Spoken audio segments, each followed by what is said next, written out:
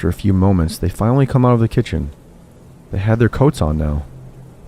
"Something's come up, and we have to go out for a bit," my mom said. "There's dessert in the fridge. Help yourself. Don't worry about the dishes, I'll wash them when we get back." My dad said nothing, but I could tell from his face that it was serious. My mom looked genuinely worried.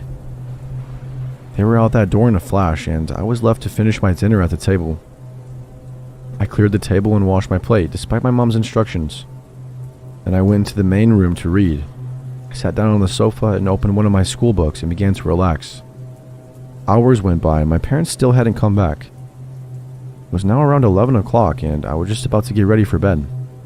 I walked up the stairs, making my way to the bathroom when I heard a strange noise. I paused and listened for a while. It was the ceiling. The ceiling was making a slow, drawn-out whining noise. The wood was creaking gently. It wasn't an unusual sound, but there wasn't an unusual rhythm to it that made me uncomfortable and curious. After listening for a while, I pulled down the steps to the attic and I listened a bit more. I could hear the sound more clearly now, along with a metallic creaking noise. I gathered up my courage and decided to investigate. I climbed the steps.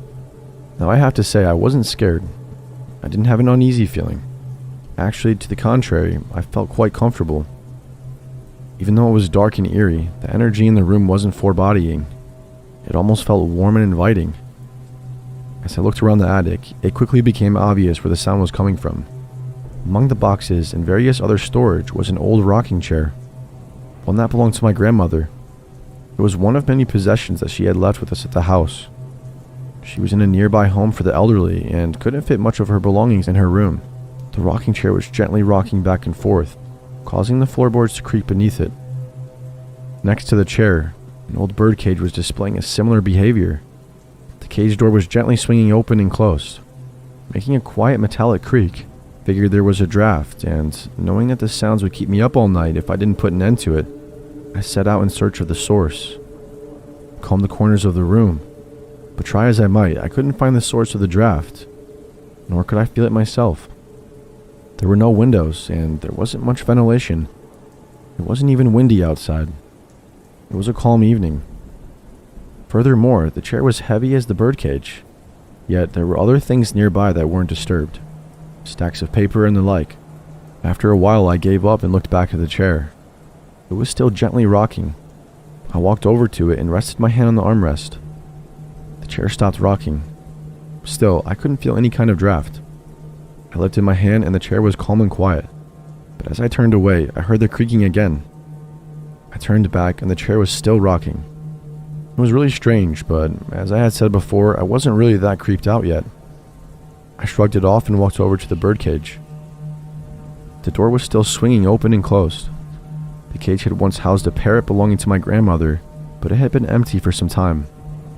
I latched the cage shut, figuring I could at least stop this one sound. I made for the steps, but just as I was about halfway down, I heard the metallic creaking again. I looked behind me and the cage door was back to it, swinging open, unlatched, right alongside the chair, which continued rocking as before. Something had caused it to unlatch. I was sure that I had latched it properly. In any other circumstance, I would have been scared out of my mind, but for whatever reason, I wasn't. I just didn't feel uneasy. A rocking chair and a birdcage aren't really the harbingers of doom anyway. I descended from the attic with the last glance at the strange behavior and went about my bedtime routine. The creaking continued for a while and I couldn't sleep for it. I went back downstairs to where I couldn't hear the noise and I continued reading. It was a little after midnight when I heard my parents pull into the driveway. They came in and found me reading and they sat down with me. My mom was crying.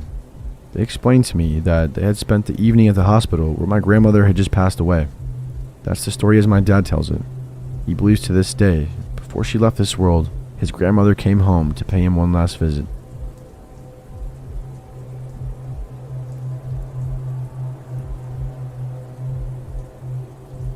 At the time of this story, I brush it off, but it sends chills down my spine whenever I think about it. My brother and I have childhood friends that go to the beach with our moms for Memorial Day weekend every year. We've been doing this since before my younger brother was born. On our trip about 2 years ago, we had just arrived at the condo complex that we were staying at and had begun to unpack. We were on the first floor, so only 2 flights of stairs to get to our condo. There was some kind of construction happening a few floors above us, so there were trucks and workers and etc. We had finally finished unpacking our stuff and we were headed down to the beach when I remembered that I left my purse in the car. My mom gave me the keys and they went down to the beach, and I went to the car to grab my purse. But while I was getting it, an old pickup truck pulled into the parking lot and an older man got out. He had paint on his shorts, so I figured he was a worker. But me, at the time, being a teenage semi-petite girl, kept my eye on him. I got my purse and locked the car, then started heading back to the stairs. I should also mention that the stairs were outside, open for everyone to see. The man started following me up the stairs, but he was several steps behind me. I figured he was headed up to the construction area, so I gave him the benefit of the doubt. Nevertheless, I started walking faster, and when I glanced behind me, the man was only 2 steps behind. This is when I really started to panic. I only had car keys and a purse on me, and I didn't know the layout of the condo yet. Where was the knife block? Was the door to the beach open? I finally reached the door to the condo, ran inside, and tried to close it behind me. The man was at the door and was trying to force it open as I was trying to force it closed. I finally just tried to run for it, hoping the sliding door to the balcony and beach was open. Luckily, my mom and my friend were still inside because they forgot to bring sunscreen down. I ran behind them and the man just stood in the doorway. "Can we help you?" my mom asked.